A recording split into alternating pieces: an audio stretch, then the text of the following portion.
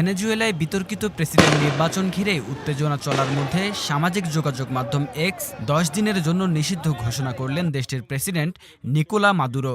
এই নিষেধাজ্ঞা চলমান উত্তেজনাকে নতুন উচ্চতায় নিয়ে যাবে বলে আশঙ্কা করা হচ্ছে।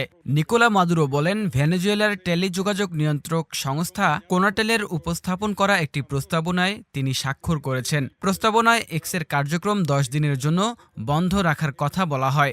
রাষ্ট্রীয় টেলিভিশনে সম্প্রচারিত এক বক্তব্যে মাদুরো এই কথা বলেন। সামাজিক যোগাযোগ মাধ্যম এক্সকে কেন্দ্র করে মাদুরো ও ইলন মাস্ক অব্যাহতভাবে পরস্পরকে কটাক্ষ করছিলেন। প্রেসিডেন্ট মাদুরোকে গাধার সঙ্গে তুলনা করেছেন ইলন মাস্ক। অন্যদিকে প্রেসিডেন্ট নির্বাচনকে বিতর্কিত করতে ও বিক্ষোভের পেছনে ইলন মাস্ক ইন্ধন যোগাচ্ছেন বলে অভিযোগ করেছেন মাদুরো। এর আগে মেটার মালিকানাধীন হোয়াটসঅ্যাপ ব্যবহার না করার জন্য সমর্থকদের আহ্বান জানান মাদুরো। বিকল্প হিসেবে টেলিগ্রাম ও উইচ্যাট ব্যবহার করতে বলেন তিনি।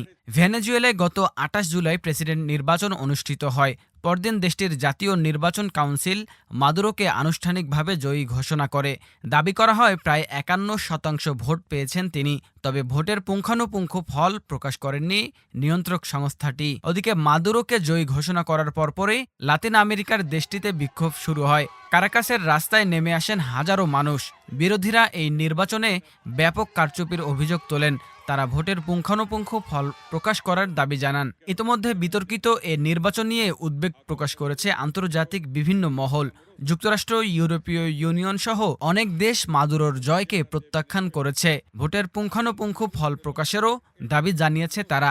নির্বাচন পরবর্তী বিক্ষোভে এ পর্যন্ত ২৩ জন নিহত হয়েছেন বলে জানিয়েছে স্থানীয় বিভিন্ন সংস্থা।